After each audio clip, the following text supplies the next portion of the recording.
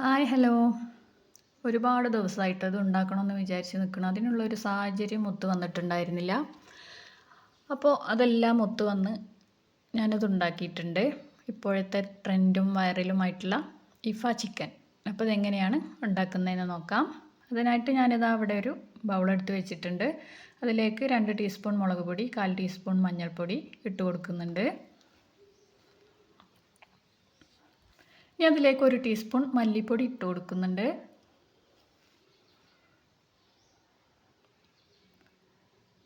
ഇനി അതിലേക്ക് ഒരു 1/2 ടീസ്പൂൺ ഗരം മസാല കൂടി ചേർത്ത് കൊടുക്കുന്നുണ്ട്.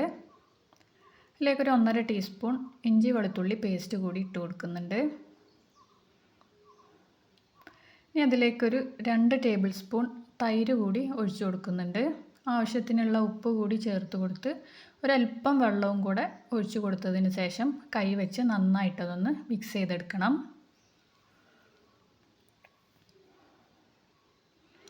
ഇനി നമുക്ക് ഈ ഒരു വലുപ്പത്തിലാണ് കേട്ടോ ഞാൻ ചിക്കൻ എടുത്തിട്ടുള്ളത്. അത് അതുപോലെ ഒന്ന് വരഞ്ഞു കൊടുത്തിട്ടുണ്ട്. ഇനി ആ ചിക്കനിലെ മസാലയൊക്കെ ഒന്ന് നന്നായിട്ട് തേച്ച് പിടിപ്പിക്കണം.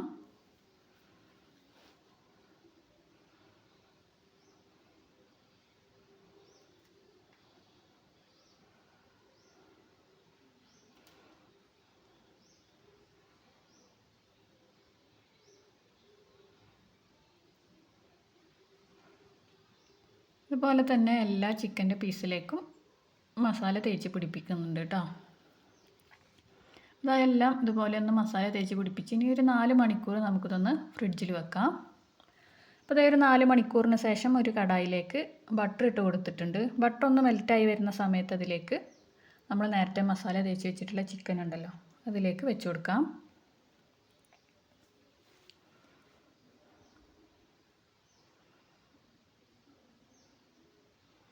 ചിക്കന് വേവിച്ചെടുക്കുന്നത് ലോ ഫ്ലെയിമിലിട്ടിട്ട് വേണം കേട്ടോ, അല്ലെങ്കിൽ പെട്ടെന്ന് കരിഞ്ഞു പോകും.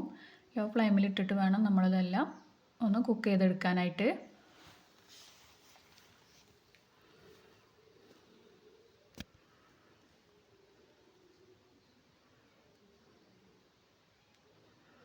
പിന്നെ നിങ്ങൾ ബട്ടർ എടുക്കുമ്പോൾ അൺസാൾട്ടഡ് ബട്ടർ തന്നെ എടുക്കാനായിട്ട് ശ്രദ്ധിക്കുക. എൻ്റെ കയ്യിൽ അത് ഉണ്ടായിരുന്നില്ല, അതാണ് കേട്ടോ ഞാൻ സോൾട്ടഡ് ബട്ടർ എടുത്തിട്ടുള്ളത്. അപ്പോൾ അതുകൊണ്ട് ഞാൻ ചിക്കനിൽ മസാല തേച്ച് വെക്കുന്ന സമയത്ത് അതിലേക്ക് കുറച്ച് ഉപ്പ് മാത്രമേ ചേർത്ത് കൊടുത്തിട്ടുണ്ടായിരുന്നുള്ളൂ.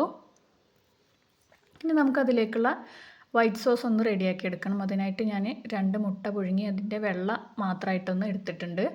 3 അല്ലി വെളുത്തുള്ളിയും സ്ലൈസ്ഡ് ചീസ് 2 എണ്ണം,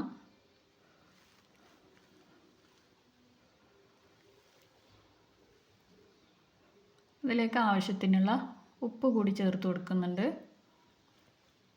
ഇനി നമുക്ക് വേണ്ടത് അതിലേക്ക് ഫ്രഷ് ക്രീമാണ്. ഒരു 2 ടീസ്പൂൺ ഫ്രഷ് ക്രീം കൂടി ചേർത്ത് കൊടുക്കുന്നുണ്ട്. ഇനി അതിലേക്ക് കുറച്ച് ഓയിൽ കൂടി ഒഴിച്ചു കൊടുക്കാം. ഇതെല്ലാം കൂടെ ഒരു മിക്സിയുടെ ജാറിലേക്ക് ഇട്ട് കൊടുത്ത് നന്നായിട്ടൊന്ന് അടിച്ചെടുക്കുന്നുണ്ട് കേട്ടോ. ഇതുപോലെ ഒന്ന് ചെയ്തെടുത്തിട്ടുണ്ട്. ഇത് നമുക്ക് അങ്ങോട്ട് മാറ്റി വെക്കാം. അപ്പോൾ നമ്മുടെ ചിക്കനൊന്ന് തിരിച്ചിട്ട് കൊടുക്കാനായിട്ടുണ്ട്. ചിക്കനൊക്കെ ഒന്ന് തിരിച്ചിട്ട് കൊടുക്കാം.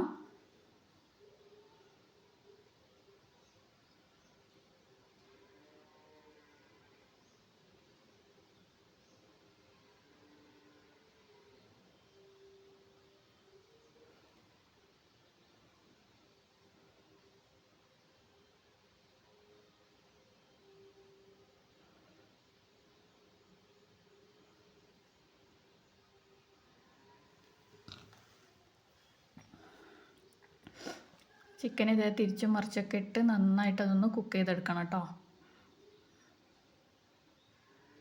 ലോ ഫ്ലെയിമിലിട്ടിട്ട് നല്ല ക്ഷമ വേണം. എന്താണെന്ന് വെച്ചാൽ നമ്മൾ ചിക്കനൊക്കെ നല്ല വലിയ പീസായിട്ടല്ലേ കട്ട് ചെയ്ത് വാങ്ങിയിട്ടുള്ളത്. അതുകൊണ്ട് ഉൾഭാഗമൊക്കെ വെന്ത് വരാനായിട്ട് ഒരുപാട് സമയം പിടിക്കും. അപ്പോൾ ഒരുപാട് സമയം വെച്ച് വേണം നമ്മളത് കുക്ക് ചെയ്തെടുക്കാനായിട്ട്. അപ്പോൾ നമ്മുടെ ചിക്കനൊക്കെ നന്നായിട്ട് കുക്കായി വന്നിട്ടുണ്ട് കേട്ടോ. ഇനി നമ്മൾ നേരത്തെ തയ്യാറാക്കി വെച്ചിട്ടുള്ള വൈറ്റ് സോസ് ഉണ്ടല്ലോ അത് ഇതിൻ്റെ മുകളിലൂടെ ഒഴിച്ചു കൊടുത്തതിന് ശേഷം ഒരു 5 മിനിറ്റ് നമ്മളതൊന്ന് അടച്ച് വെച്ച് കുക്ക് ചെയ്തെടുക്കുകയാണ് ചെയ്യുന്നത്.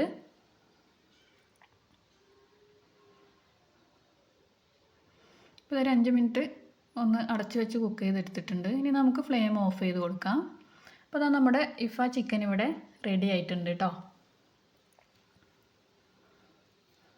ഉണ്ടാക്കി നോക്കാത്തവരൊക്കെ ഒന്ന് ഉണ്ടാക്കി നോക്കുക.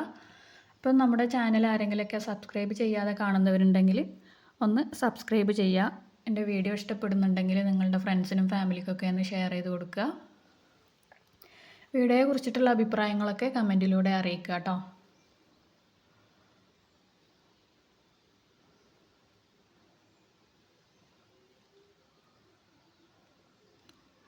കഴിക്കാനാണെങ്കിലും നല്ല ടേസ്റ്റാണ്. കാണുന്ന പോലെ തന്നെ കഴിക്കുമ്പോഴും നല്ല ടേസ്റ്റാണ് കേട്ടോ. നമ്മൾ ഈ ചിക്കനൊക്കെ കുക്ക് ചെയ്തെടുക്കുന്നത് ബട്ടറിലായതുകൊണ്ട് തന്നെ നല്ലൊരു ടേസ്റ്റാണ്. ആ വൈറ്റ് സോസ്